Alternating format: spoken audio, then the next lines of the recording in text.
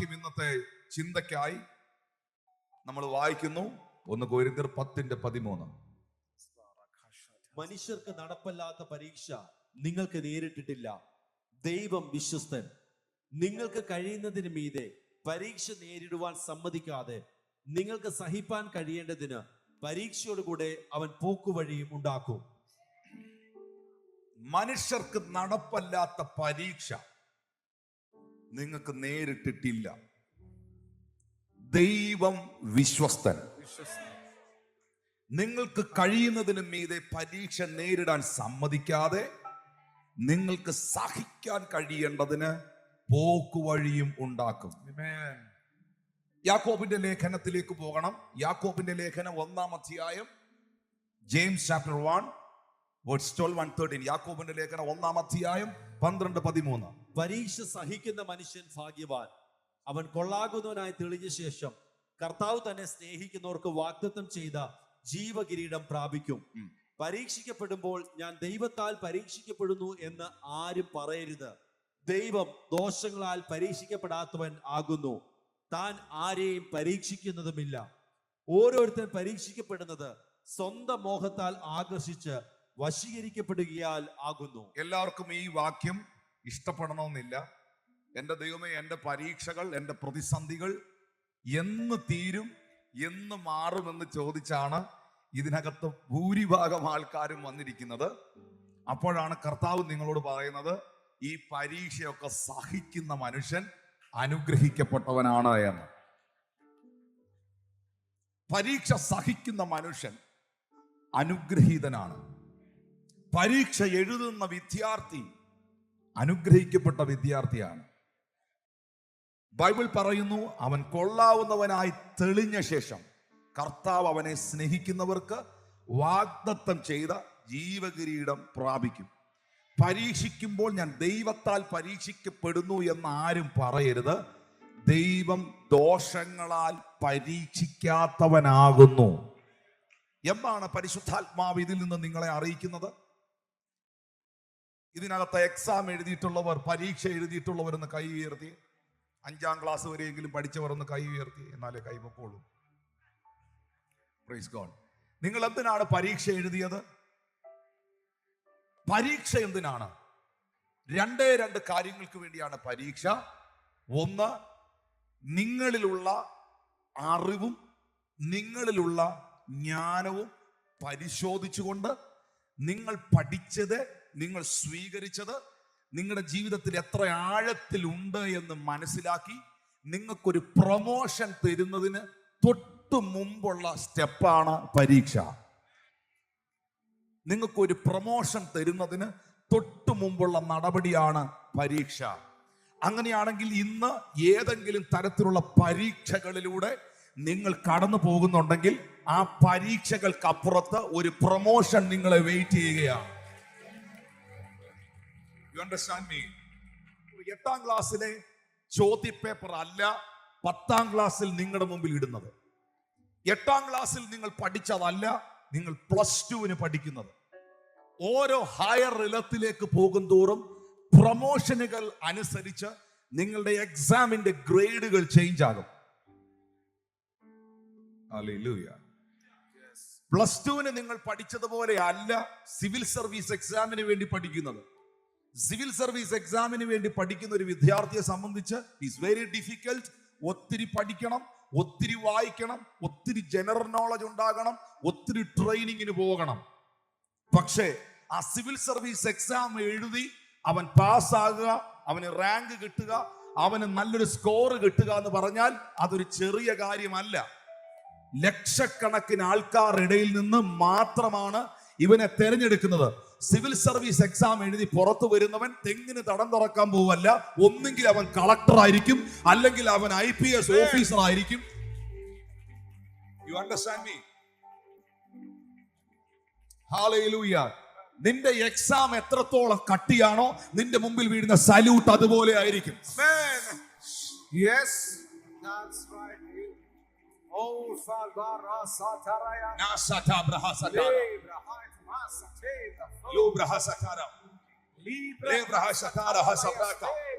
Lekrabasha Sikatoria Tabasia.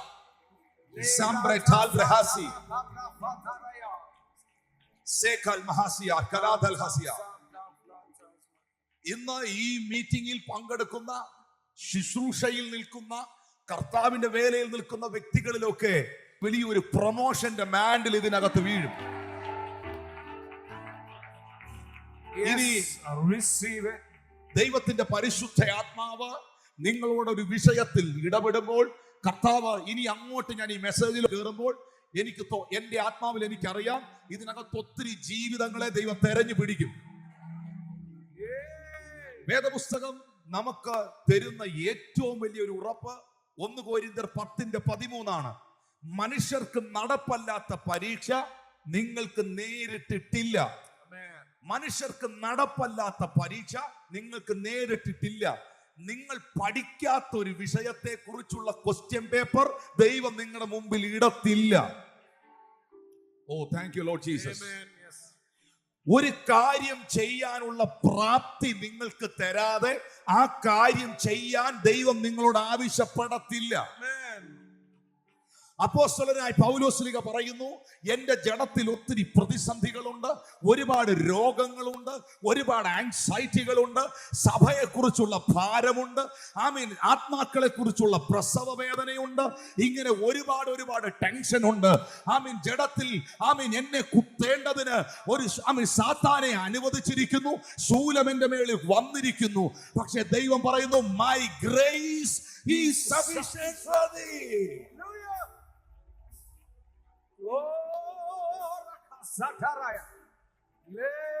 എന്റെ കൃപ നിനക്ക് മതി. ഇതിനെയൊക്കെ ജയിക്കാനുള്ളതൊന്ന് ഞാൻ നിന്റെ മേളിൽ ഇട്ടിട്ടുണ്ട്. ഈ ആരാധനയുടെ നടുവിൽ നിങ്ങളുടെ അധരങ്ങൾ കൊണ്ട് നിങ്ങളത് പറയാൻ തയ്യാറാകണം. ദൈവം വിശ്വസ്തൻ. ഞാൻ പഠിക്കാത്ത പരീക്ഷ എന്നോട് എഴുതാൻ ദൈവം പറയത്തില്ല. അതുകൊണ്ടാണ് വേദപുസ്തകത്തിൽ ഒറ്റ വാക്കിൽ പറയുന്നത്, നടപ്പല്ലാത്ത പരീക്ഷ നിങ്ങൾക്ക് നേരിട്ടിട്ടില്ല. പറഞ്ഞ ദൈവം വിശ്വസ്തൻ. മനുഷ്യർക്ക് നടപ്പല്ലാത്ത പരീക്ഷ നിങ്ങൾക്ക് നേരിട്ടിട്ടില്ല. ദൈവം വിശ്വസ്തൻ. നിങ്ങളുടെ ജീവിതത്തിൽ നിന്ന് എത്ര പേർക്ക് പറയാൻ കഴിയും, ദൈവം എനിക്ക് വിശ്വസ്തനാണ്? ജീവിതത്തിൽ വിവിധ തരത്തിലുള്ള പരീക്ഷകളിലൂടെ പോയ എത്ര പേര് പറയും, ദൈവം എനിക്ക് വിശ്വസ്തനായിരുന്നു? God is really faithful to me. Really, God is faithful to my family. My God is faithful to my ministry. My God is faithful to my ministry. My God is faithful to my finance. My God is faithful to my church. My God is faithful to my parents. My God is faithful to my children. My God is really faithful to my career. Oh, He's yesterday, today, and forever.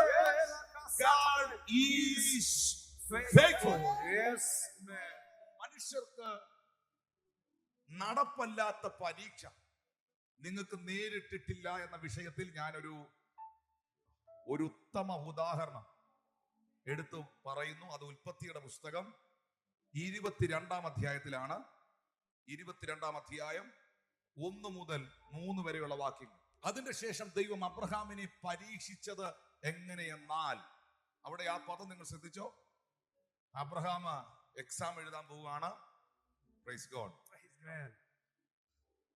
അബ്രഹാമിന്റെ മുമ്പിൽ വീണ ചോദ്യ paper നിങ്ങളുടെ മുമ്പിലെങ്ങാനും വീണായിരുന്നെങ്കിൽ നിങ്ങൾ whole ടിക്കറ്റും വലിച്ചു കീറി കളഞ്ഞേനെ. നിങ്ങൾ exam ഹോളിൽ നിന്ന് ഇറങ്ങി ഓടിയേനെ. ഒന്നുമില്ലാഞ്ഞിട്ട് മുഖം ഇങ്ങനെ ആയിരിക്കുന്നു. ആരും മിണ്ടുന്നില്ല. Hallelujah. Thank you Jesus. Hallelujah. അബ്രഹാമിനെ പരീക്ഷിച്ചത് എങ്ങനെയെന്നാൽ, അബ്രഹാം എന്ന് വിളിച്ചതിന് പുള്ളി വിളിച്ച ഉടനെ ആൻസർ ചെയ്യും, റെസ്പോണ്ട് ചെയ്യും. ഞാൻ ഇതാ എന്നവൻ പറഞ്ഞു. അപ്പോൾ അവൻ, നിന്റെ മകനെ, നീ സ്നേഹിക്കുന്ന നിന്റെ ഏകജാതനായ ഇസഹാക്കിനെ തന്നെ കൂട്ടിക്കൊണ്ട് മോറിയാദേശത്ത് ചെന്ന് അവിടെ ഞാൻ നിന്നോട് കൽപ്പിക്കുന്ന ഒരു മലയിൽ അവനെ ഹോമയാഗം കഴിക്ക എന്ന് അരുളി ചെയ്തു.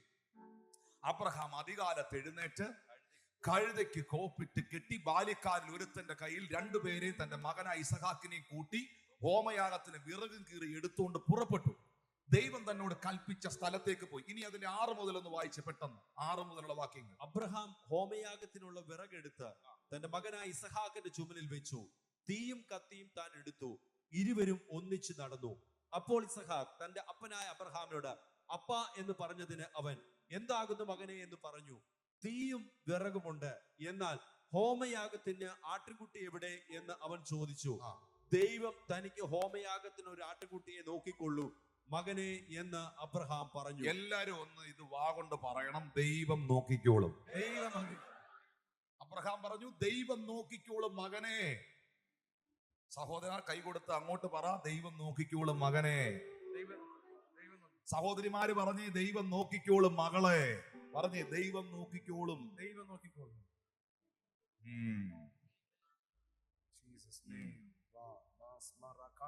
നിന്റെ സാമ്പത്തിക വിഷയം ദൈവം നോക്കിക്കോളും. നിന്റെ ബിസിനസ് ദൈവം നോക്കിക്കോളും.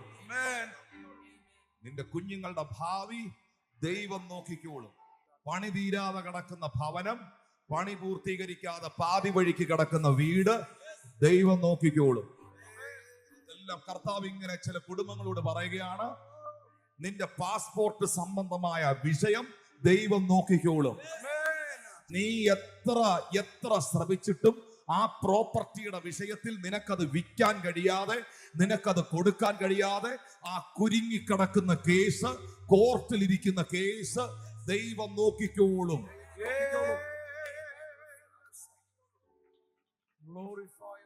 എന്തുകൊണ്ടാണ് ഇസഹാക്ക് എന്തുകൊണ്ടാണ് ഇസഹാക്ക് ഈ ചോദ്യം അബ്രഹാമിനോട് ചോദിച്ചത്? അബ്രഹാമിനോട് ചോദിച്ചത് എന്താണ്? അപ്പ യാഗത്തിനുള്ള മൃഗം എവിടെയാണ്? കാരണം അപ്പൻ ആരാധന കഴിക്കുന്നത് മകൻ വർഷങ്ങളായി കാണുകയാണ്. ഹല്ലേലൂയ. ഞാനൊരു മീറ്റിംഗിലേക്ക് പോകുമ്പോൾ, എന്റെ മകൻ നെഹമ്യ അവിടെ ഇരിപ്പുണ്ട്. ഞാനൊരു മീറ്റിംഗിലോട്ട് പോകുമ്പോൾ നെഹമ്യ എന്റെ ബൈബിളും എന്റെ ഡയറിയും എടുത്തുകൊണ്ട് വരും. ഒരു പക്ഷേ എനിക്ക് 1-2 ബൈബിളുകൾ ഞാൻ ഉപയോഗിക്കുന്നതുണ്ട്. ആ ബൈബിളും ഡയറിയും എന്റെ കൈ കണ്ടില്ലെങ്കിൽ എന്റെ അടുത്ത് പറയും, ബൈബിൾ എടുത്തില്ലയോ ഡയറി എടുത്തില്ലയോ. കാരണം അപ്പൻ പ്രസംഗിക്കാൻ പോകുമ്പോൾ അപ്പന്റെ കയ്യിൽ എപ്പോഴും ബൈബിളും ഡയറിയും കാണുമെന്ന് ആ 12 വയസ്സുകാരൻ കണ്ടിട്ടുണ്ട്. ആരും മിണ്ടുന്നില്ല.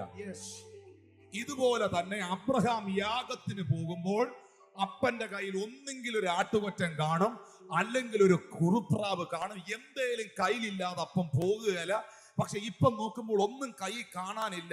ഇസഹാക്കിന്റെ കയ്യിലാണ് പിടിച്ചിരിക്കുന്നത്. ആമീൻ. ഇന്ന് ഇവിടെ ഇരിക്കുന്ന ചിലരോട് കർത്താവ് വ്യക്തമായി പറയുന്നു, നിന്റെ ആരാധനയുടെ ആഴങ്ങളെ നിന്റെ തലമുറ തിരിച്ചറിയും.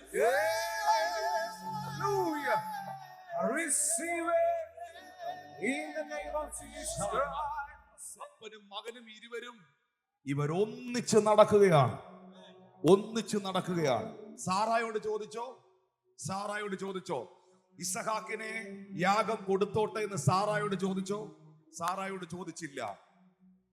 പക്ഷെ ഇസഹാക്കിനെ പ്രസവിച്ചത് സാറയാണ്, ഗർഭപാത്രത്തിൽ വഹിച്ചത് സാറയാണ്. സാറ ഭയങ്കര ഫ്രസ്ട്രേറ്റഡ് ആയിരുന്നു. കാരണം വേലക്കാരിയിൽ ഹാഗാറിൽ ആമീൻ ഒരു കുഞ്ഞുണ്ടായി കഴിഞ്ഞത് നിമിത്തം, ഇസ്മായേൽ ജനിച്ചത് നിമിത്തം സാറ ഭയങ്കര അസ്വസ്ഥയായിരുന്നു. അവൾ വളരെ വേദനയിലായിരുന്നു. പക്ഷെ അവൾ അത് പുറത്ത് പറയുന്നില്ലായിരുന്നു. അങ്ങനെ ഇരുന്നപ്പോഴാണ് ഇസഹാക്കിനെ ദൈവം വാഗ്ദത്തം ചെയ്ത് 75-ാമത്തെ വയസ്സിൽ കേട്ട വാഗ്ദത്തത്തെ 25 വർഷത്തെ കാത്തിരിപ്പിനൊടുവിൽ ദൈവം അവരുടെ കയ്യിലേക്ക് കൊടുക്കുന്നത്. സാറായോട് അബ്രഹാം ചോദിക്കുന്നില്ല. കാരണം സാറായോട് ദൈവത്തിന് ആരാധന കഴിക്കുവാൻ, ദൈവത്തിന് ബലി കഴിക്കുവാൻ മോനെ തരുമോ എന്ന് സാറായോട് ചോദിച്ചാൽ ഒരിക്കലും സാറ കൊടുക്കത്തില്ല. സാറ അതിന് യെസ് പറയത്തില്ല. കാരണം അബ്രഹാമിന്റെ അത്രയും ഡെഡിക്കേഷൻ സാറയ്ക്കില്ല. അബ്രഹാമിന്റെ അത്രയും ദൈവശബ്ദം സാറ കേട്ടിട്ടില്ല. അബ്രഹാമിന്റെ അത്രയും ആഴത്തിലേക്ക് സാറ വന്നിട്ടില്ല. അബ്രഹാമും ദൈവവുമായി ഒരു സ്നേഹിതനെ പോലെ സംസാരിക്കുന്നവരാണ്. They are the friends. They are the friends. സ്നേഹിതരെ പോലെ സംസാരിക്കുന്നവരാണ്. അതുകൊണ്ട് സാറായോട് ഇസഹാക്കിനെ കൊണ്ടുപോയിക്കോട്ടെ എന്ന് ചോദിച്ചാൽ സാറ പറയും, വേണ്ട, ആരാധന അവിടെ നിൽക്കട്ടെ, പ്രാർത്ഥന അവിടെ നിൽക്കട്ടെ. ആരാധനയും വേണ്ട, പ്രാർത്ഥനയും വേണ്ട, ഇസഹാക്കിനെ തരുന്ന പ്രശ്നമില്ല. എന്നാൽ അബ്രഹാം ഇവിടെ സാറയോട് ചോദിക്കാത്തതിന് കാരണം ആരാധനയോടുള്ള ബന്ധത്തിൽ, ആത്മബന്ധത്തിൽ, വചനവുമായുള്ള ബന്ധത്തിൽ, ദൈവവുമായിട്ടുള്ള ബന്ധത്തിൽ എന്റെ ഇടയിൽ വേറെ ആരുമില്ല. Me and my God only. Me and my God only. ഞാനിത് പറഞ്ഞുകൊണ്ടിരിക്കുമ്പോൾ എന്റെ കാതിൽ ഞാനൊരു ശബ്ദം കേൾക്കുകയാണ്. ഈ 2023 ഒരുപാട് വീടുകളിൽ, ഈ ശബ്ദം കേൾക്കുന്ന പല വീടുകളിൽ ആരാധന സ്വാതന്ത്ര്യത്തെ കർത്താവായി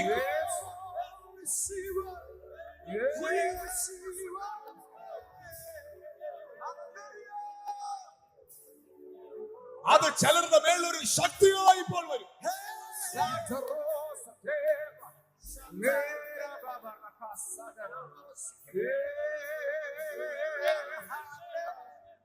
മോറിയ മലയിലെത്തി അബ്രഹാം വിറകുകളെ പെറുക്കി അടുക്കി. I am coming. ഞാൻ നിങ്ങളുടെ ഇടയിലേക്ക് വരുന്നു. കർത്താവ് എന്നെ നിയോഗിക്കുന്നു. വിറകുകളെ അടുക്കി. ലിസൺ, വിറകുകളെ അടുക്കി. മകന്റെ കൈകാലുകൾ കെട്ടി ഇസഹാക്കിനെ എടുത്ത് യാഗപീഠത്തിന്റെ മേൽ കിടത്തി. വിറകടുക്കുമ്പോഴും മോറിയാമല മുഴുവൻ നടന്ന് കല്ല് പെറുക്കുമ്പോഴും ഈ അബ്രഹാം മുൾപ്പടർപ്പിൽ കിടന്ന ആട്ടുകൊറ്റനെ കാണുന്നില്ല. മുൾപ്പടർപ്പിൽ ആട്ടുകൊറ്റൻ പ്രത്യക്ഷപ്പെടുക അല്ല, ദൈവം കരുതി വെച്ചിരിക്കുകയാണ്. പക്ഷെ അബ്രഹാമിന് ഒരിക്കലും ആട്ടുകൊറ്റനെ, ആ മല മുഴുവൻ നടന്ന് കല്ല് പെറുക്കിയിട്ടും ആ ആടിന്റെ ശബ്ദം കേൾക്കാനോ ആ ആടിനെ കാണാനോ പുള്ളിക്ക് പറ്റിയില്ല. ഞാൻ ഇങ്ങനെ പറയുന്നു, ഒരു പക്ഷേ ഈ മുൾപ്പടർപ്പിന്റെ മൂട്ടിന്ന് വരെ, ചുവട്ടിൽ നിന്ന് വരെ പുള്ളി കല്ലും പറക്കിക്കൊണ്ടുപോയി. പക്ഷെ ആടിനെ കാണുന്നില്ല. കർത്താവ് നിന്നോട് പറയുന്നു, നിന്നെ ചിലതൊക്കെ കാണിക്കാൻ ഒരു സമയം ദൈവം വെച്ചിരിക്കുകയാണ്.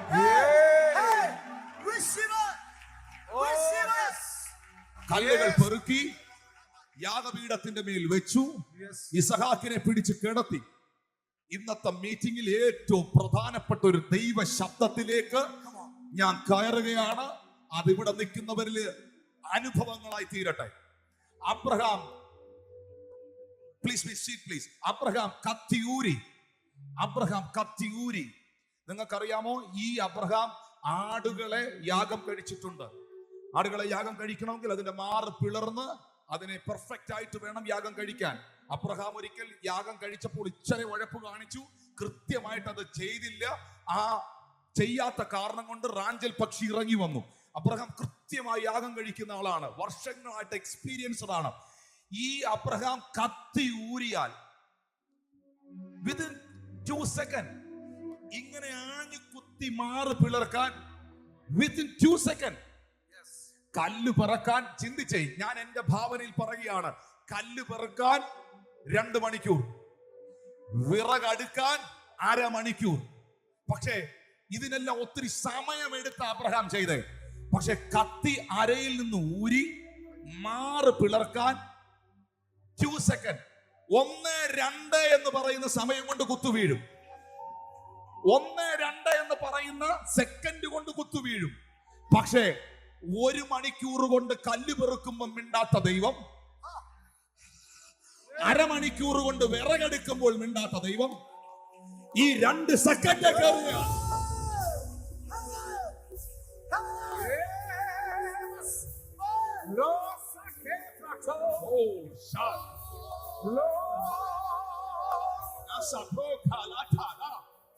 കത്തിക്കും ഇസഹാക്കിനും ഇടയിൽ കയറുന്ന ടൈമിംഗ്.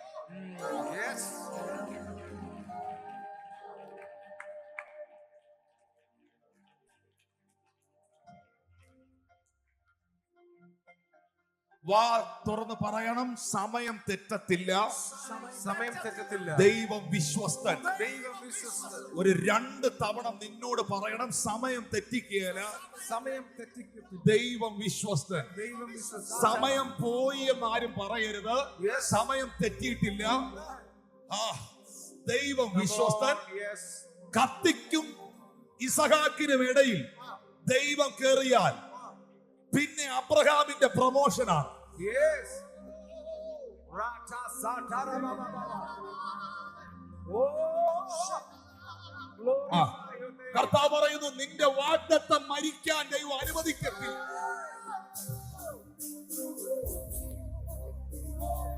അബ്രഹാം ഇസഹാക്കിനോട് പറഞ്ഞ കാര്യം ഒന്നുകൂടെ ഒന്ന് പറഞ്ഞു വാ തുറന്ന്, ദൈവം നോക്കിക്കോളും.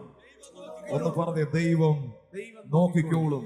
ഞാൻ ആ ടൈമിംഗ് എന്ന് പറയുന്ന കാര്യം ഇവിടെ എടുത്തു പറഞ്ഞപ്പോൾ എനിക്ക് മനസ്സിലാക്കാൻ പറ്റുന്ന ഒരു കാര്യം, ദൈവത്തിന്റെ സമയങ്ങൾ എപ്പോഴും കൃത്യമാണ്. ദൈവത്തിന്റെ സമയം എപ്പോഴും കൃത്യമാണ്. ബൈബിൾ പറയുന്നുണ്ട്, നിന്റെ അപ്പത്തെ വെള്ളത്തിന്മേൽ എറിയുക, ഏറെ നാൾ കഴിഞ്ഞാലും അത് തിരിച്ചു വരും, സമയം തെറ്റുകയില്ല. Man. Yes. സമയം തെറ്റുകയില്ല.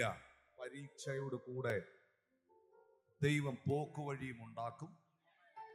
ദൈവം വിശ്വസ്തനാണ്. ജീവിതത്തിൽ എന്തെങ്കിലുമൊക്കെ താങ്ങാൻ പൊക്കാൻ മേലാത്തത് നിങ്ങൾക്ക് എടുക്കേണ്ടി വരുന്നുണ്ടോ? ഉള്ളവരെ, കർത്താവ് എനിക്കിത് താങ്ങാൻ പറ്റുന്നതിന് അപ്പുറമായ കേസിലൂടെ ഞാൻ പോവുക എന്നുള്ളവരൊന്ന് കൈ ഉയർത്തും. ഈ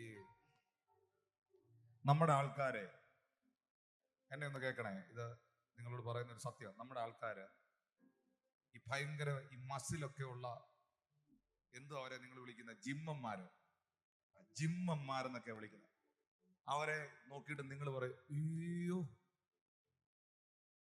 എന്നാ മസിലോടാ പുള്ളിക്ക്. നിങ്ങൾക്കൊരു സത്യം അറിയാമോ? നിങ്ങൾക്കുള്ള മസിലേ പുള്ളിക്ക് ഉള്ളൂ. ഞാൻ പറയുന്നത് പിടികിട്ടുന്നോ? നിങ്ങൾക്കുള്ള അവയവങ്ങളെ പുള്ളിക്ക് ഉള്ളൂ, നിങ്ങൾക്ക് ദൈവം വെച്ച മസിലേ പുള്ളിക്ക് ഉള്ളൂ. പക്ഷെ പുള്ളി ഈ മസിലിനെ ഡെവലപ്പ് ചെയ്തു. അതെങ്ങനെ പുള്ളി ഡെവലപ്പ് ചെയ്തെന്നറിയോ? പുള്ളിക്ക് പൊക്കാൻ പറ്റാത്ത ഇരുമ്പെല്ലാം കൂടെ എടുത്ത് പൊക്കി. ആരും മിണ്ടുന്നില്ല.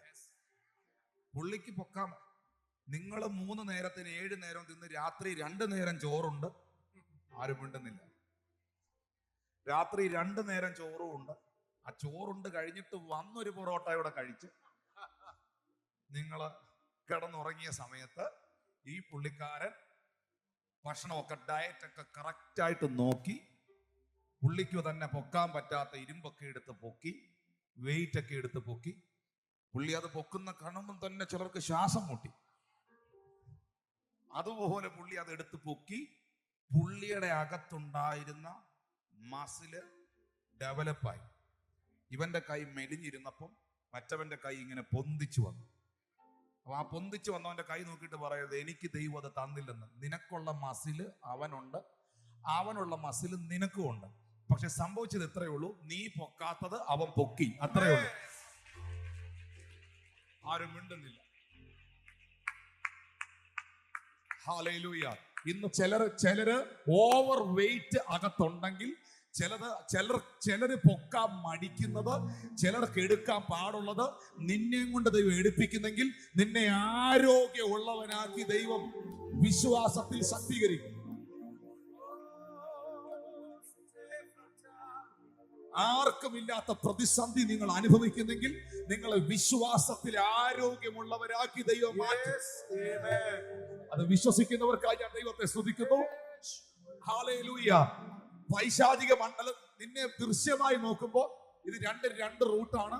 മറ്റേ പുള്ളി പ്രോട്ടീൻ കഴിച്ച് മസിൽ പെരുപ്പിച്ചു, പുള്ളിയെ മനുഷ്യൻ കാണുമ്പോൾ പേടിക്കുന്നു. ഞാൻ എന്റെ ആത്മാവിൽ കാണുന്ന ഒരു കാഴ്ച ഞാൻ ഇതുവരെ ഇത് പറഞ്ഞിട്ടില്ല.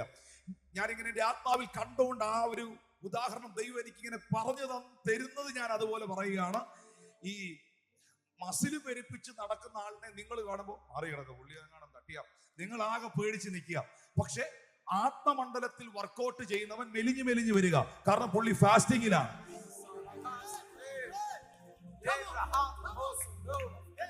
പക്ഷെ അവൻ നടക്കുമ്പോൾ പൈശാചിക മണ്ഡലം ഭയപ്പെടുക.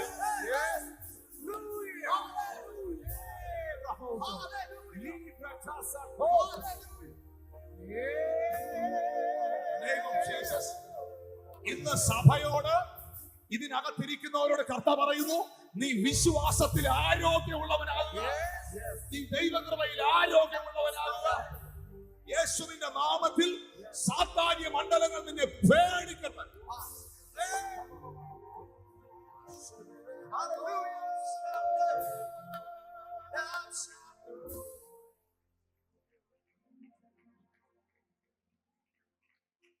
നിനക്ക് വിശ്വസിക്കാൻ പറ്റുമോ? ദൈവത്തിന്റെ വാക്കുകൾക്ക് നിന്റെ ലൈഫിനെ സെറ്റിൽ ചെയ്യാൻ കഴിയും. നിനക്കത് വിശ്വസിച്ചേ പറ്റത്തുള്ളൂ. പൊന്നിനോടും വെള്ളിയോടും കൂടെ ഞാൻ അവരെ പുറപ്പെടുവിച്ചു, അവരുടെ ഗോത്രത്തിൽ ഒരു ബലഹീനനും ഉണ്ടായില്ല. ഇന്ന് ഞാൻ ഈ വാക്യം ഇവിടെ എടുത്തു പറയുമ്പോൾ എന്റെ അധരം കൊണ്ട് പറയുന്നു, നിന്റെ വീട്ടിൽ ഒരു കുറവും ഇല്ലാത്ത നിലകളിൽ യേശുവിന്റെ അധികാരമുള്ള നാമത്തിൽ എല്ലാ വാതിലുകളും ദൈവം നിനക്ക് വേണ്ടി തുറക്കണം.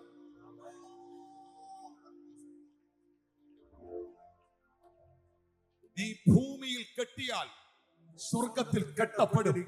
ഇത് യേശു തമാശ പറഞ്ഞതല്ല. ഇത് യേശു ദൂതന്മാരെ നോക്കിയല്ല പറഞ്ഞേ, ഇത് യേശു എന്നെ നോക്കിയാ പറഞ്ഞേ, ഇത് യേശു നിന്നെ നോക്കിയാ പറഞ്ഞേ. നീ ഭൂമിയിൽ കെട്ടിയാൽ അത് സ്വർഗത്തിൽ കെട്ടപ്പെടും. വിശ്വസിക്കുക. കർത്താവ് എന്നോട് പറയുന്ന ഒരു കാര്യം നിങ്ങളോട് പറയുന്നു, ഇതുവരെ ദൈവം നിങ്ങളോട് പറഞ്ഞ വാഗ്ദത്തങ്ങളെല്ലാം ഇപ്പോ നിന്റെ സ്വന്തം കൈ തലയിൽ വെച്ച്, ഇതുവരെ ദൈവം നിന്നോട് പറഞ്ഞ പല വാഗ്ദത്തമുണ്ട്. ആ വാഗ്ദത്തങ്ങളെല്ലാം ഓർക്കുന്നതല്ല, നിന്റെ തലയിൽ നിന്റെ കൈ വെച്ച് നിന്റെ വാ കൊണ്ട് നീ പറഞ്ഞാൽ അതിൽ പെൻഡിങ് ആയി നിൽക്കുന്ന ചിലത് ഈ ആഴ്ചകളിൽ നീ കാണുമെന്ന് കർത്താവ്. യേശു എന്ത് ചെയ്തിട്ടുണ്ട്? അവൻ അത്ഭുതവാനാണ്. ഇന്ന് കർത്താവ് നിങ്ങളോട് പറയുന്നു, അവന്റെ പ്രവർത്തികൾ അത്ഭുതകരമാണ്. Listen, please listen.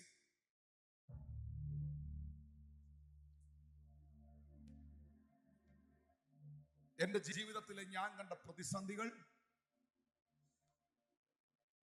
ശത്രുവിന്റെ എല്ലാ പ്രതിഷേധങ്ങളും എന്റെ ദൈവം അഭിഷേകമാക്കി മാറ്റും. ഇനി ഏലിയാവിനെ കുറിച്ച് എന്താ അതിലോട്ട് കയറുന്നതെന്ന് എനിക്ക് അറിഞ്ഞുകൂടാ. കർത്താവ് എന്നെ അതിലേക്ക് നയിക്കുകയാണ്. ഈ 1 രാജാക്കന്മാരുടെ പുസ്തകം 17-ാം അധ്യായത്തിലാണ് ഏലിയാവിന്റെ എൻട്രി. എന്നാൽ തിശ്ബിയിൽ നിന്ന് വന്ന തിശ്ബിനായ ഏലിയാവ് ആഹാബിനോട്, ഞാൻ സേവിച്ച് നിൽക്കുന്ന ഇസ്രായേലിന്റെ ദൈവമായ യഹോവയാണ്, ഞാൻ പറഞ്ഞേച്ചല്ലാതെ ഈ ആണ്ടുകളിൽ മഞ്ഞും മഴയും ഉണ്ടാകത്തില്ല. ചേർന്നൊരു ആമീൻ പറഞ്ഞു. ഹല്ലേലൂയ. ശക്തനായ പ്രവാചകൻ, ഒരു കൊടുങ്കാറ്റ് പോലെ ദൈവം ഉപയോഗിച്ച മനുഷ്യൻ. Amazing man of God. 1 രാജാക്കന്മാരുടെ പുസ്തകം 17-ാം അധ്യായത്തിനകത്ത് ആഹാബിന്റെ കൊട്ടാരത്തിനകത്ത് കയറി ദൈവം തന്നോട് പറഞ്ഞ കാര്യം പറഞ്ഞതുകൊണ്ട്, ഇതെല്ലാം ഇന്ന് ചിലരോടുള്ള സന്ദേശമാണ്. ദൈവം തന്നോട് പറഞ്ഞ കാര്യം പറഞ്ഞതുകൊണ്ട് പുള്ളിക്ക് ഒത്തിരി എതിർപ്പുകൾ ഉണ്ടായി. 1 രാജാക്കന്മാരുടെ പുസ്തകം 17-ാം അധ്യായത്തിൽ ദൈവവചന സത്യം വിളിച്ചു പറഞ്ഞ് അഹങ്കാരിയായ ദൈവനിഷേധിയായ ഇസബേലിന്റെയും ആഹാബിന്റെയും ആഭിചാരകയായ ഈ ഇസബേൽ എന്ന് പറയുന്ന സ്ത്രീയെ ഭയങ്കരമായി മന്ത്രവാദം ചെയ്യുന്നവളായിരുന്നു. ഞാൻ ആ വിഷയത്തെ ഇന്ന് കർത്താവിന്റെ കയ്യിലോട്ടൊന്ന് ഏൽപ്പിക്കുകയാണ്. യേഹു എന്ന് പറയുന്ന ദൈവമനുഷ്യൻ, ആർ യു ലിസണിങ് മീ? യേഹു എന്ന് പറയുന്ന ദൈവമനുഷ്യൻ കടന്നു വരുമ്പോൾ ഇസബേലിന്റെ മകൻ, ആഹാബിന്റെ ഇസബേലിന്റെ മകൻ യേഹുവിനോട് ചോദിക്കുന്നു, how are you? Are you okay? ബൈബിളിൽ മലയാളത്തിൽ ഇത്ര എഴുതിയിട്ടുള്ളൂ, നീ സമാധാനമായി ഇരിക്കുന്നോ. നമ്മുടെ ഭാഷയിൽ പറഞ്ഞാൽ ഹൗ ആർ യു ഓക്കെ. ആരാ ചോദിക്കുന്നേ? ഇസബേലിന്റെ മകൻ. ഉടനെ യേഹൂ അവന്റെ മുഖത്ത് നോക്കി പറയുന്ന ഒരു സ്റ്റേറ്റ്മെന്റ് ഉണ്ട് രാജാക്കന്മാരുടെ പുസ്തകത്തിൽ. നിന്റെ അമ്മയായ ഇസബേൽ എനിക്കിട്ട് ആഭിചാരം ചെയ്യുമ്പോൾ എനിക്ക് സമാധാനമോ എന്ന് നീ ചോദിക്കുന്നത് എന്ത്?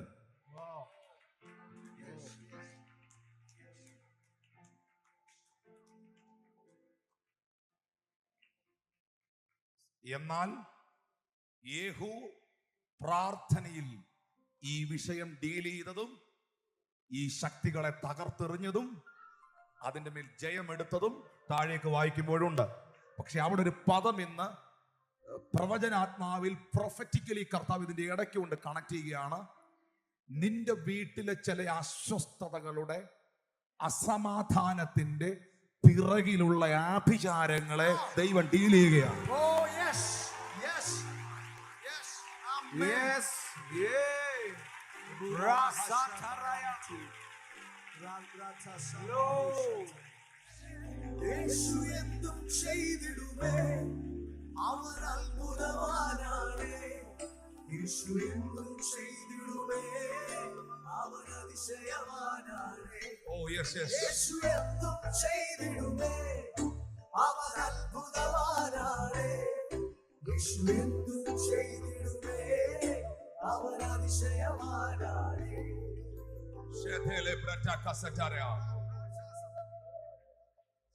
എന്നാൽ ആഹാബിന്റെ കൊട്ടാരത്തിനകത്ത് ഏലിയാവ് കേറി നടുവളയ്ക്കാതെ തല കുനിക്കാതെ ആഹാബിനോട് പറയുന്നു, ഞാൻ പറഞ്ഞേച്ചല്ലാതെ ഈ ആണ്ടുകളിൽ ഇവിടെ മഞ്ഞും മഴയും പെയ്യേല. നീയും നിന്റെ ഭാര്യയും തല കുത്തി നിന്ന് ആഭിചാരം ചെയ്താലും എന്റെ വാക്ക് ക്യാൻസൽ ആകുകയില്ല.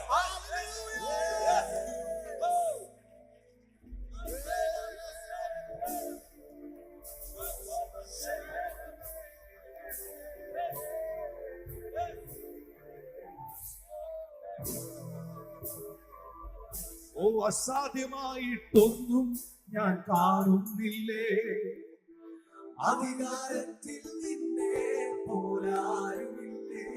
എല്ലാ ആഹാബുമാരുടെ ശ്രദ്ധാക്കി ഞാൻ കാണുന്നില്ലേ, അധികാരത്തിൽ നിന്നെ പോലാരുമില്ലേ.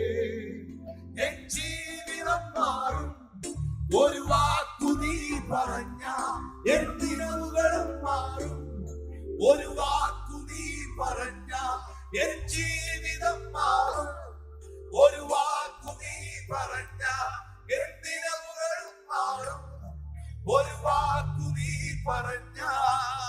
നീ പറഞ്ഞാൽ ദിനം മാറും, നീ പറഞ്ഞാൽ മരണം മാറും.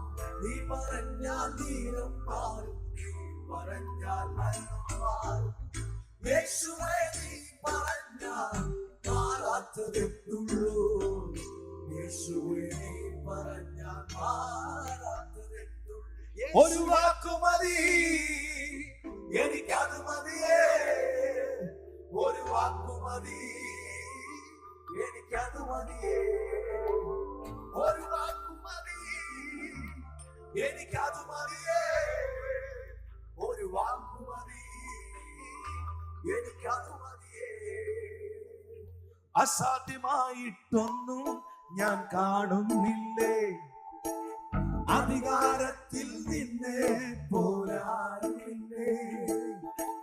അസാധ്യമായിട്ടൊന്നും ഞാൻ കാണുന്നില്ലേ, അധികാരത്തിൽ നിന്നെ പോരാടുന്നില്ലേ.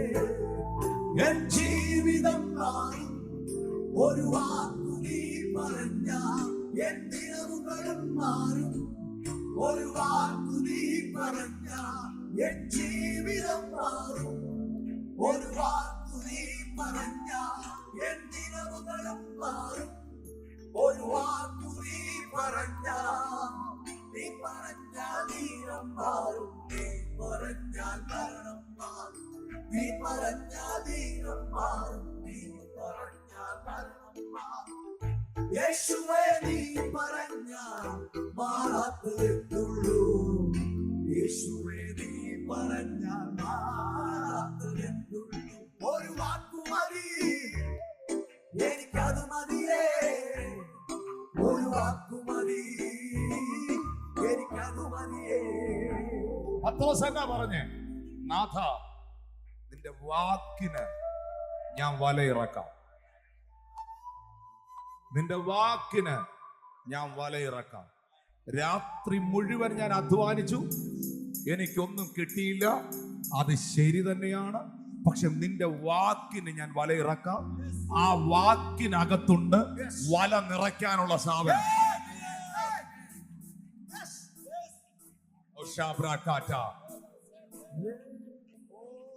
അസാധ്യമായിട്ടൊന്നും കാണുന്നില്ലേ ഓർത്തെ, അധികാരത്തിൽ നിന്നെ പോരാറുമില്ലേ. ഇപ്പൊ അവിടുത്തെ അധികാരി ആഹാബാ. ഇപ്പൊ അവിടുത്തെ അധികാരി ഇസബേല. രാജ്യത്തിന്റെ അധികാരമുണ്ട്. പൈശാചിക ശക്തികളുടെ ഭയങ്കര സ്വാധീനമുണ്ട്. അശേര പ്രവാചകന്മാർ 420, മറ്റവര് 400. 820 പ്രവാചകന്മാരും ഭയങ്കര സൈന്യബലമുണ്ട്. പക്ഷെ ഏലിയാവ് ഒറ്റയ്ക്കേ ഉള്ളൂ. ഏലിയാവ് മെലിഞ്ഞിരിക്കുന്ന ഒരാളായിട്ടോ, വളരെ തിന്നായിട്ട്. ഇപ്പൊ എന്നോടത്ത് നിങ്ങൾ ചോദിക്കും, പാസ്റ്റർ ഏലിയാവിനെ കണ്ടിട്ടുണ്ടോ? ഞാൻ ഏലിയാവിനെ കണ്ടതുകൊണ്ടല്ല, വേദോസത്തിൽ എഴുതിയിട്ടുണ്ട്. അവൻ മുഴങ്കാലിന്മേൽ തലയിട്ടിരുന്ന്, ഈ മുഴങ്കാലിൽ മടക്കി ആ മുഴങ്കാലിനകത്ത് തലയിട്ടിരുന്ന് പ്രാർത്ഥിക്കുന്ന ആളായിരുന്നു ഏലിയാവെന്ന്. ഇതുള്ള ആർക്ക് പറ്റത്തില്ല.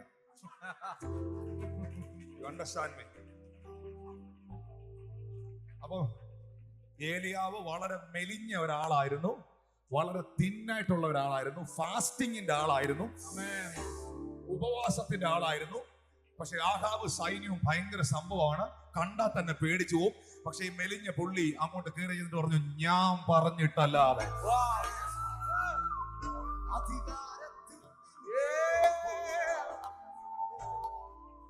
അധികാരത്തിൽ നിന്നെ ഓ അസാധ്യമൊന്നും നിന്നിൽ ഞാൻ കാണുന്നില്ലേ. അധികാരത്തിൽ നിന്നെ പോലാരുമില്ലേ. അസാധ്യമായും നിന്നിൽ ഞാൻ കാണുന്നില്ലേ. വാ തുറന്ന് അധികാരത്തിൽ നിന്നെ പോരാറുമില്ലേ. എൻ ജീവിതം മാറും ഒരു വാക്കു നീ പറഞ്ഞാൽ എൻ ദിനങ്ങളും മാറും. ഒരു വാക്കു നീ പറഞ്ഞാൽ എൻ ജീവിതം മാറും. ഒരു വാക്കു നീ പറഞ്ഞാൽ എൻ ദിനങ്ങളും മാറും. ഒരു വാക്കു നീ പറഞ്ഞാൽ ദിനം മാറും. നീ പറഞ്ഞാൽ മരണം മാറും. നീ പറഞ്ഞാൽ ദിനം മാറും. നീ പറഞ്ഞാൽ മരണം മാറും. യേശുവേ നീ പറഞ്ഞാൽ മാറാത്തതെന്തുള്ളൂ. യേശുവേ നീ പറഞ്ഞാൽ മാറാത്തതെന്തുള്ളൂ. ഒരു വാക്കു മതി, എനിക്കത് മതിയേ. ഒരു വാക്കു മതി, എനിക്കത് മതിയേ. ഒരു വാക്കു മതി, എനിക്കത് മതിയേ. ഒരു വാക്കു മതി, എനിക്കത് മതിയേ. അവൻ അത്ഭുതവാനാണ്. യേശു ചെയ്തിടുവേ. എന്ത് ചെയ്തോളായി യേശു എന്തും ചെയ്തിടുവേ. അവൻ അത്ഭുതവാനാണ്. യേശു എന്തും ചെയ്തിടുവേ. അവൻ അതിശയവാനാണ്. യേശു എന്തും ചെയ്തിടുവേ. അവൻ അത്ഭുതവാനാണ്. ഇത് പറയുന്നവന് വിടുതല. ചെയ്തിടുവേ. അവൻ അതിശയവാനാണ്. യേശു എന്തും ചെയ്തിടുവേ. അവൻ അത്ഭുതവാനാണ്. യേശു എന്തും ചെയ്തിടുവേ. അവൻ അതിശയവാനാണ്. എഴുന്നേൽക്കുക നീ, ഇനി പലരുമേ. എഴുന്നേൽക്കുക നീ, ഇനി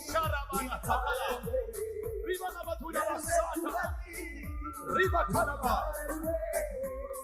എഴുന്നേൽക്കുക നീ, ഇനി പലരുമേ. യേശു എന്തും ചെയ്തിടുവേ. അവൻ അത്ഭുതവാനാണ്. യേശു എന്തും ചെയ്തിടുവേ. അവൻ അതിശയവാനാണ്. യേശു എന്തും ചെയ്തിടുവേ.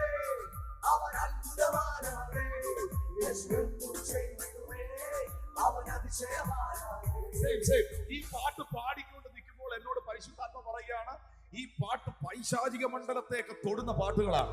Yes, yes. ഈ പൈശാചിക മണ്ഡലത്തെ തൊടുന്ന പൈശാചിക മേഖലകളെ കയറി അടിക്കുന്ന എന്തേലും ഒരു സാധനം ഇറങ്ങിയാൽ അവന്റെ ആൾക്കാർ വെളി വരും. Yes, yes, yes. Yes, bro. Hey, profane the heart of us.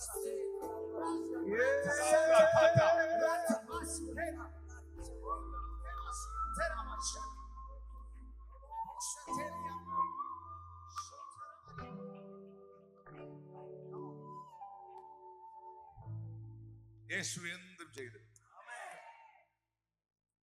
ചെങ്കടലിന്റെ മുമ്പിൽ നിൽക്കുമ്പോൾ അവൻ ചെങ്കടലിനെ വിഭാഗിക്കും. ഉൽപ്പത്തി പുസ്തകം 4-ാം അധ്യായത്തിന്റെ 26-ാമത്തെ വാക്യത്തിലാണോ ചെങ്കടൽ വിഭാഗിക്കുമെന്ന് എഴുതി വെച്ചിരിക്കുന്നത്? ഇല്ല. ഉൽപ്പത്തി പുസ്തകത്തിൽ ചെങ്കടൽ വിഭാഗിക്കുന്നൊരു വചനം ഇല്ല. ഉൽപ്പത്തിയിൽ വെളിപ്പെടാത്തത് പുറപ്പാടിൽ വെളിപ്പെടും.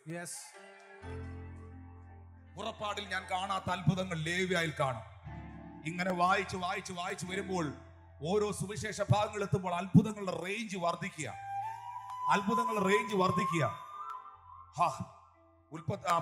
പുതിയ നിയമത്തിലേക്ക് വരുമ്പോൾ പുത്രൻ പറഞ്ഞായിരുന്നു ഉയർപ്പിക്കുന്നത്, അല്ലെങ്കിൽ മഞ്ചത്തിലുള്ളവനെ കൈ തൊട്ടാണ് ഉയർപ്പിക്കുന്നത്. എന്നാൽ അടുത്ത പുസ്തകങ്ങളിലോട്ട് റേഞ്ച് മാറുക.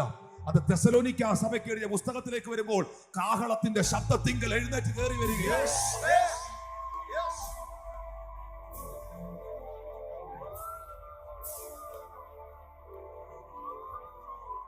നീ ഇവിടെ ആരോഗ്യത്തോടെ വന്നിരിക്കുന്നതും നിന്റെ വീട്ടിൽ നീ അനുഭവിക്കുന്ന സമൃദ്ധിയും നീ അനുഭവിക്കുന്ന നന്മയും നീ ഉപയോഗിക്കുന്ന വാഹനവും നിന്റെ മക്കളുടെ ഭാവിയും നിന്റെ ജീവിതത്തിന്റെ മാന്യതയും നീ ഒന്ന് ഓർത്തു നോക്ക്. കർത്താവ് നിനക്ക് വേണ്ടി ചെയ്തതല്ലയോ?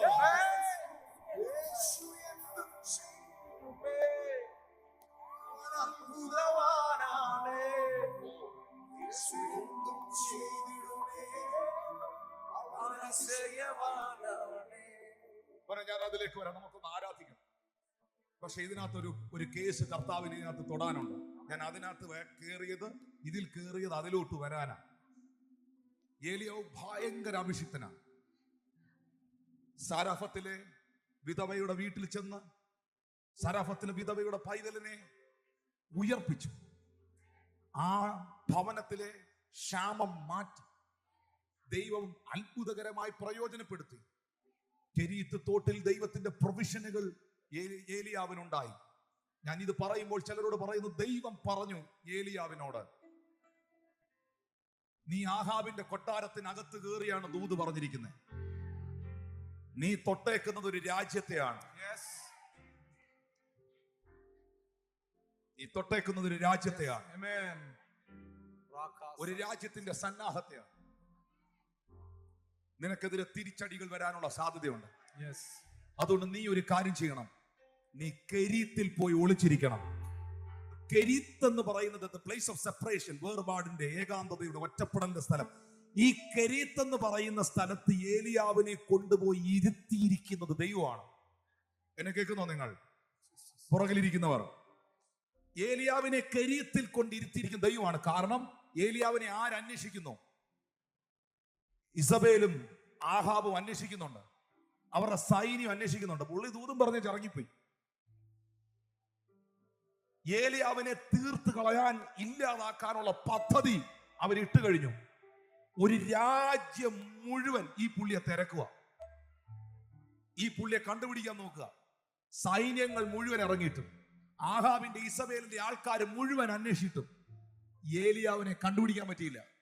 കെരീത്ത് തോടെന്ന് പറയുന്നത് അറിയപ്പെടുന്ന ഒരു തോടാണ്. കെരീത്ത് തോട് എല്ലാവർക്കും പ്രസിദ്ധമാണ്.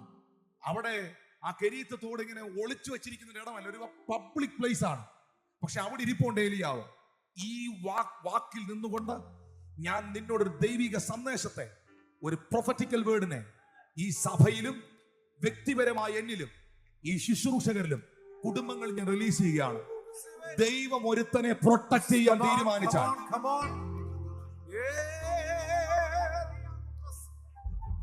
ദൈവം ഒരുത്തനെ മറച്ചു വെച്ചാൽ, ദൈവം ഒരുത്തനെ സംരക്ഷിച്ചാൽ, ഒരു രാജ്യം മുഴുവൻ അന്വേഷിച്ചാലും അവനെ തൊടാൻ കഴിയത്തില്ല.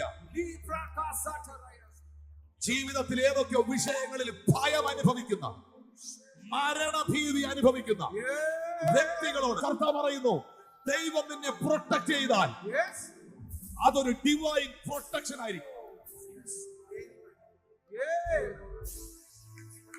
Coming. See, please. ആ പ്രൊട്ടക്ഷനിൽ കർത്താവിന് വേണ്ടി നിൽക്കുന്നവരൊക്കെ ഒന്ന് കൈ ഉയർത്തിയേ.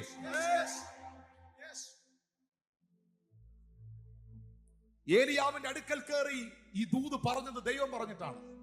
ഏലിയാവ് ഇപ്പോൾ സ്റ്റാൻഡ് ചെയ്യുന്നത് ട്രൂത്തിന് വേണ്ടിയാണ്, സത്യത്തിന് വേണ്ടിയാണ്, സത്യത്തിന് വേണ്ടി, സത്യദൈവത്തിന് വേണ്ടി. അന്യാരാധനയ്ക്കും അന്യപൂജയ്ക്കും കൂട്ടുനിൽക്കാതെ സത്യദൈവത്തിന് വേണ്ടി നിന്നവൻ ഒറ്റപ്പെടേണ്ടി വന്നു. എന്നെ ശ്രദ്ധിക്കാം. പക്ഷേ ഏലിയാവിനെ ദൈവം പ്രൊട്ടക്ട് ചെയ്യുന്നു. ഈ പ്രൊട്ടക്ഷനകത്ത് ദൈവം ഒരു പ്രൊവിഷൻ കൊണ്ടുവരുന്നു. ആ പ്രൊവിഷനാണ് ഏലിയാവിന് വേണ്ടി വന്ന കാക്ക. ആ പ്രൊവിഷനകത്ത് ഞാനൊരു പ്രൊമോഷൻ കാണുകയാണ്.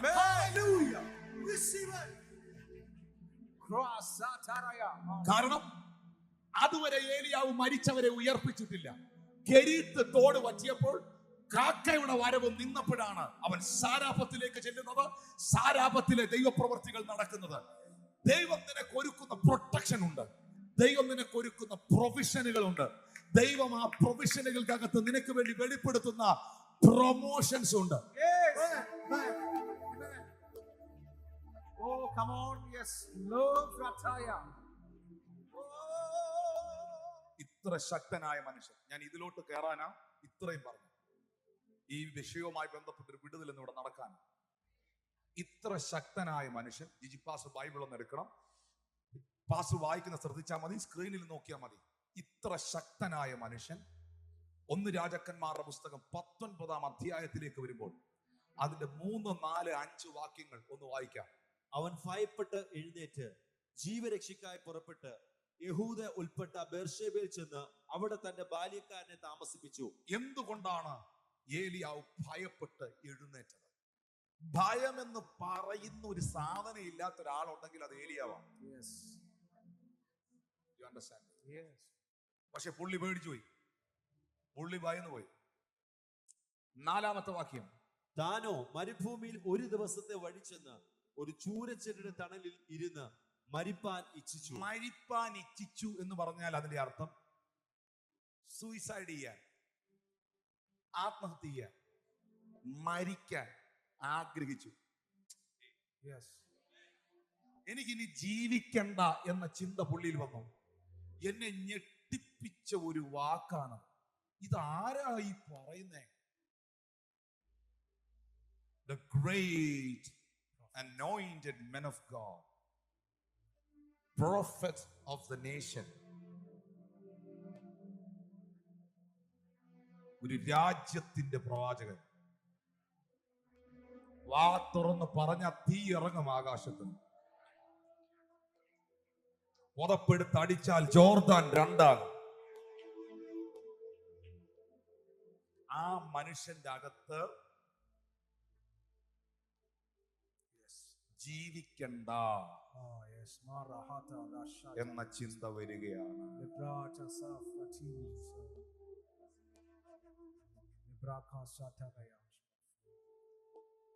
പരിശുദ്ധാത്മാവിനോട് പറഞ്ഞത് എന്നാന്നറിയാം? ഇതിന്റെ 1-2 വാക്യങ്ങൾ വായിക്കുമ്പോൾ ഇതിന്റെ പിറകിൽ ഒരു റീസൺ അവിടെ ഉണ്ട്. ഏലിയാവ് ചെയ്തതൊക്കെയും അവൻ സകല പ്രവാചകന്മാരെയും വാൾ കൊണ്ട് കൊന്ന വിവരമൊക്കെയും ആഹാബ് ഇസബേൽ ആരോട് പറഞ്ഞു? ഇസബേൽ. 2-ാമത്തെ വാക്യത്തിൽ ഇസബേല് ഏലിയാവിനോട് പറയുകയാണ്, ഒരു ദൂതനെ അയച്ചു പറയുകയാണ്, നാളെ ഈ നേരത്ത് ഞാൻ നിന്റെ ജീവനെ അവരിൽ ഒരുത്തന്റെ ജീവനെ പോലെ ആക്കുന്നില്ലെങ്കിൽ ദേവന്മാർ, ദേവനല്ല ദേവന്മാർ എന്നോട് തക്കവണ്ണം അധികം ചെയ്യുമാറാകട്ടെ. ഈ മനുഷ്യൻ ശരിക്കും ഭയങ്കര സ്ട്രോങ് പേഴ്സൺ ആണ്. Spiritually he was a very strong man of God. ഈ സംഭവം വെളിപ്പെട്ടതോടെ 3-ാമത്തെ വാക്യം എന്നെ ഞെട്ടിച്ചു കളഞ്ഞു. അവൻ ഭയപ്പെട്ടു. Never, I can't believe that word.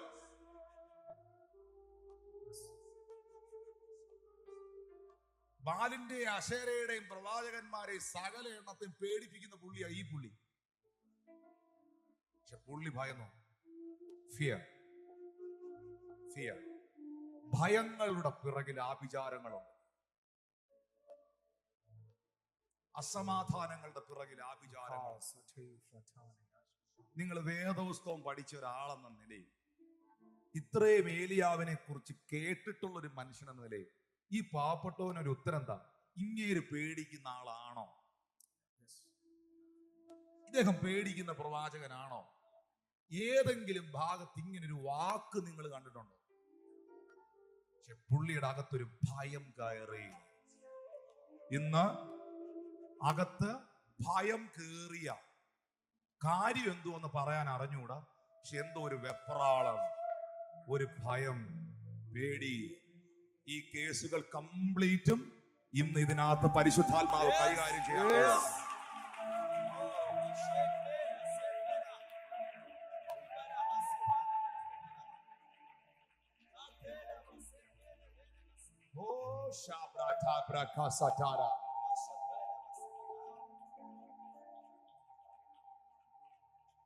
എന്തുവാണെന്ന് പറയാൻ അറിയത്തില്ല ബ്രദറെ. ഒരു സ്വസ്ഥതയില്ല, എന്നാ ഒരു കാരണവും ഇല്ല. എന്താന്ന് പറയാൻ അറിയത്തില്ല പാസ്റ്ററെ. ഭയങ്കരമായിട്ട് അങ്ങ് ഭീതി വരിക, ഉറങ്ങാൻ അങ്ങോട്ട് കണ്ണേ ഉറക്കം വരുമ്പോ അങ്ങ് ഞെട്ടുക, അങ്ങ് ഉണരുക, പേടി തോന്നുക, ഭീതി വരിക.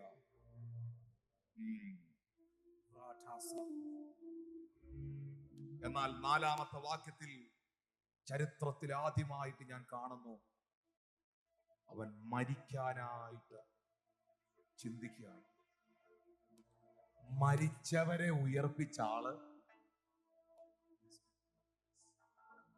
എനിക്ക് ജീവിക്കണ്ട, ഞാൻ നല്ലവനൊന്നും അല്ല, എന്നിൽ ഒരുപാട് കുറവുണ്ട്, എന്റെ പിതാക്കന്മാരെക്കാൾ ഞാൻ നല്ലവനൊന്നും അല്ല, എന്നിൽ അഭിഷേകമൊന്നുമില്ല, എന്നെ ദൈവം വിളിച്ചിട്ടൊന്നുമില്ല, എന്നെ ദൈവം കണ്ടിട്ടൊന്നുമില്ല. ഇങ്ങനെ നിന്റെ അകത്ത് നിരാശകൾ ജനിക്കുന്നെങ്കിൽ അതിന്റെ പുറകെ നിൽക്കുന്ന ചില ഇസബേലുമാരെ ഇന്ന് ഇതിനകത്ത് ദൈവം പിടിക്കും.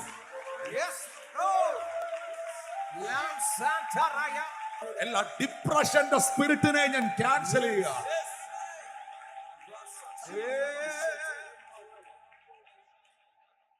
Thank you Lord Jesus.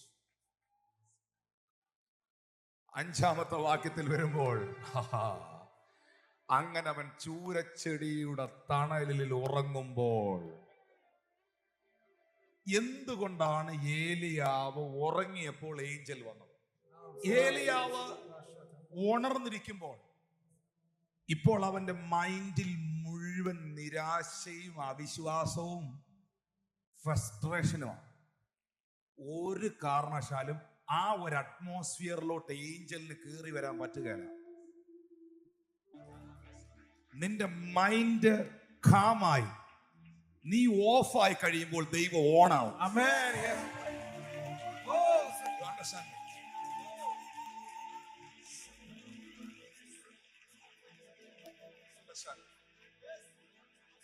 ഞാൻ ഇത് ചേർത്ത് വെച്ചോണ്ട് ഒരു വാക്ക് ഇവിടെ റിലീസ് ചെയ്യുന്നു.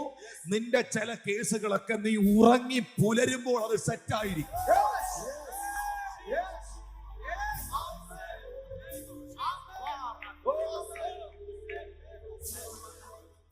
അവൻ അങ്ങനെ കിടന്നുറങ്ങുമ്പോൾ പെട്ടെന്നൊരു ദൂതൻ അവനെ തട്ടി, എന്റെ ഭാഷയെ പറഞ്ഞാൽ എണ്ണീറാന്ന് പറഞ്ഞു, ചാകണോ മരിക്കണോ.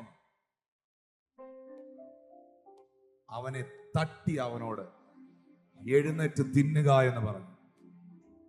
അവൻ ഉണർന്നു നോക്കിയപ്പോൾ കനലിൽ ചുട്ട ഒരടയും ഒരു തുരുത്തി വെള്ളവും തലക്കൽ ഇരിക്കുന്ന കണ്ടു.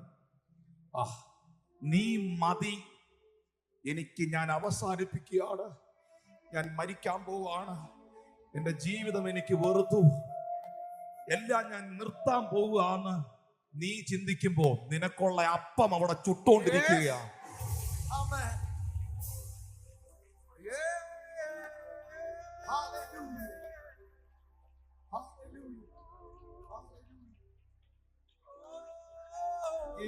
എനിക്കൊന്ന് നിന്ന് പ്രസംഗിക്കണമെന്നുണ്ട്. പക്ഷെ സമയമില്ലാത്തതുകൊണ്ട് പെട്ടെന്ന് പറയുകയാണ്, അവൻ ഉണർന്നു നോക്കി കണ്ണിൽ ചുട്ട അടയും തുരുത്തി വെള്ളവും തലക്കിൽ ഇരിക്കുന്നത് കണ്ടു. അവ ഇത്രയും പുള്ളി കണ്ടത് ഡ്രീമിലാണ്. തലക്കിൽ ഇരിക്കുന്നത് കണ്ടു, തലക്കടയിൽ ഇരിക്കുന്നത് കണ്ടു. ബാക്കി മുഴുവൻ ഡ്രീമാണ്. ഡ്രീമിലാണ് ദൂതൻ വന്ന് തട്ടുന്നത്, ഡ്രീമിലാണ് എഴുന്നേക്കെന്നുള്ള ശബ്ദം കേൾക്കുന്നത്. അവൻ ഉണർന്നെന്ന് പറഞ്ഞപ്പോൾ 6-ാമത്തെ വാക്യത്തിൽ അവൻ ഉണർന്നു എന്ന് പറയുമ്പോൾ 5-ാമത്തെ വാക്യം ഉറക്കമല്ലേ? അവൻ അത് തിന്നു കുടിച്ചു, പിന്നെ ഉറങ്ങി. യഹോവയുടെ ദൂതൻ 2-ാമത്തെ പ്രാവശ്യം അവനെ തട്ടി, എഴുന്നേൽക്കാം, നീ ഇവിടെ തീരാനുള്ളതല്ല, നിനക്കൊരു ജേർണി ഉണ്ട്.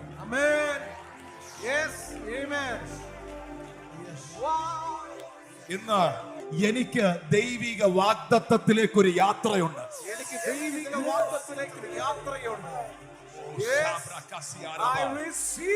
ഞാൻ ഇവിടം കൊണ്ട് തീരുകയില്ല, ഞാൻ ഇവിടം കൊണ്ട് അവസാനിക്കുകയില്ല. ചൂരച്ചെടികൾക്ക് തീർക്കാൻ കഴിയുകയില്ല, ആഭിചാരങ്ങൾക്ക് എന്നെ തീർക്കാൻ കഴിയുകയില്ല. എനിക്കൊരു ജേർണി ഉണ്ട്, നിനക്കൊരു യാത്രയുണ്ട്. സഹോദരി, നിനക്കൊരു യാത്രയുണ്ട്. സഹോദര, നിനക്കൊരു യാത്രയുണ്ട്.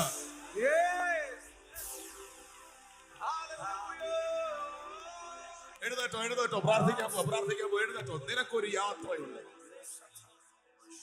യാത്രയുണ്ട്.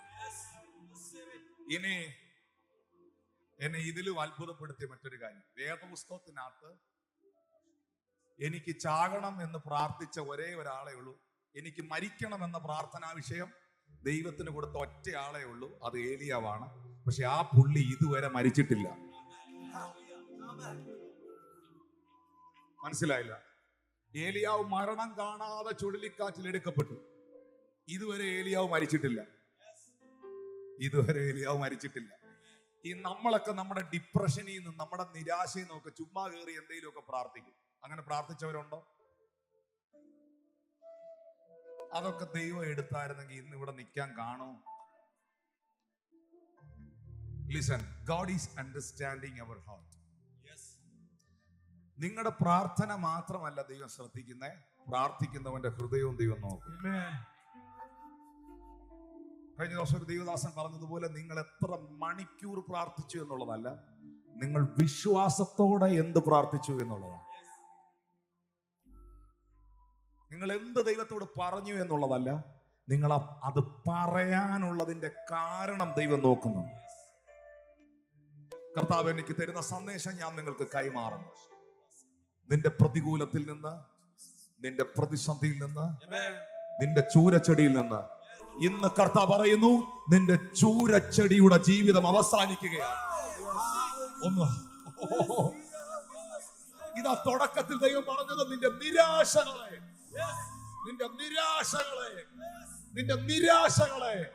ദൈവം എടുത്തു കളയുകയാണ്. കർത്താവ് ഇന്ന് ചിലതിനെ ഇതിനകത്ത് തട്ടി എഴുന്നേൽപ്പിക്കുകയാണ്. നിന്റെ നിരാശകളെ ദൈവം എടുത്തു കളയുകയാണ്. നീ മരിക്കണ്ട, നിനക്ക് വേണ്ടി ക്രൂശിൽ യേശു മരിച്ചു കഴിഞ്ഞു. നിന്നെ എഴുന്നേൽപ്പിക്കേണ്ടതിന് അവൻ മുഴുവൻ നിനക്ക് വേണ്ടി ചെയ്ത് കഴിഞ്ഞു. ഇന്ന് ആ ക്രൂശിലേക്കൊന്ന് കണ്ണുകളെ ഉയർത്തുക, നിന്റെ ജീവിതത്തെ ഏൽപ്പിക്കുക.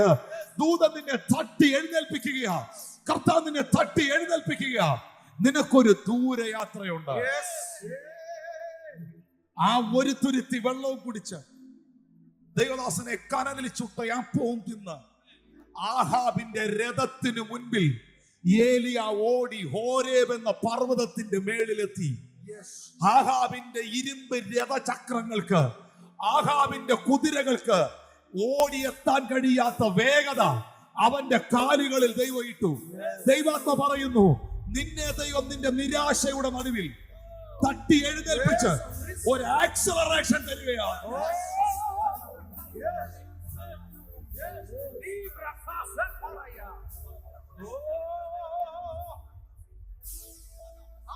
ഞാൻ ഒന്നും കൂടെ ഈ ദൂത് ശ്രദ്ധിക്കാത്തവർക്ക് വേണ്ടി, ഇത് കേൾക്കാതെ പോയവർക്ക് വേണ്ടി ഒന്നുകൂടെ പറയുകയാണ്. ആ ഏലിയാവിന്റെ എഴുന്നേൽപ്പ് ഒരു തലമുറയെ എഴുന്നേൽപ്പിക്കാനുള്ള എഴുന്നേൽപ്പായിരുന്നു. ചൂരച്ചെടിയുടെ ചുവട്ടിൽ നിന്ന് ദൈവത്തിന്റെ ദൂതൻ തട്ടി എഴുന്നേൽപ്പിച്ച ഏലിയാവിന്റെ മേളിൽ നിന്നാണ് പുതപ്പ്.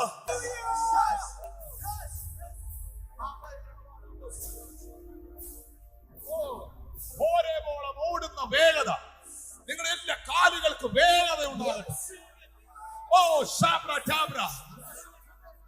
ഇതുവരെ കുത്തിയിട്ടില്ലാത്ത രാജ്യങ്ങളിൽ ഈ കാലുകൾ കുത്തപ്പെടട്ടെ.